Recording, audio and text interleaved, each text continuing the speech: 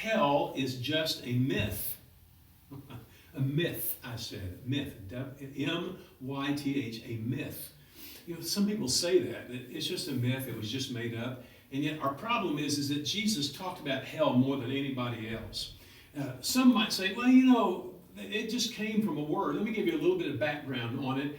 It comes from the Greek word Gehenna, and it literally was a place in Israel where Baal worship was done, and they sacrificed children to that god. It was a despicable place, and when the Hebrews, the Israelites, took it over, they made it a garbage dump.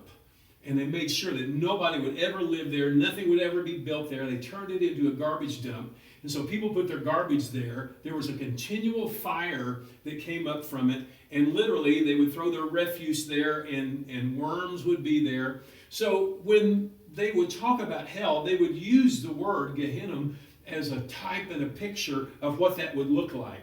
So I don't know. I don't know if hell is literally a place of fire and worms. I don't really have any reason to believe otherwise. When Jesus tells the story about Lazarus and the rich man is in a place where he is so thirsty, he is so hot, he is begging for water. So it sounds like not a very good place to be in, physically as well as spiritually. But this is what Jesus said. You know, some people say it's not a literal place, but listen to what Jesus said.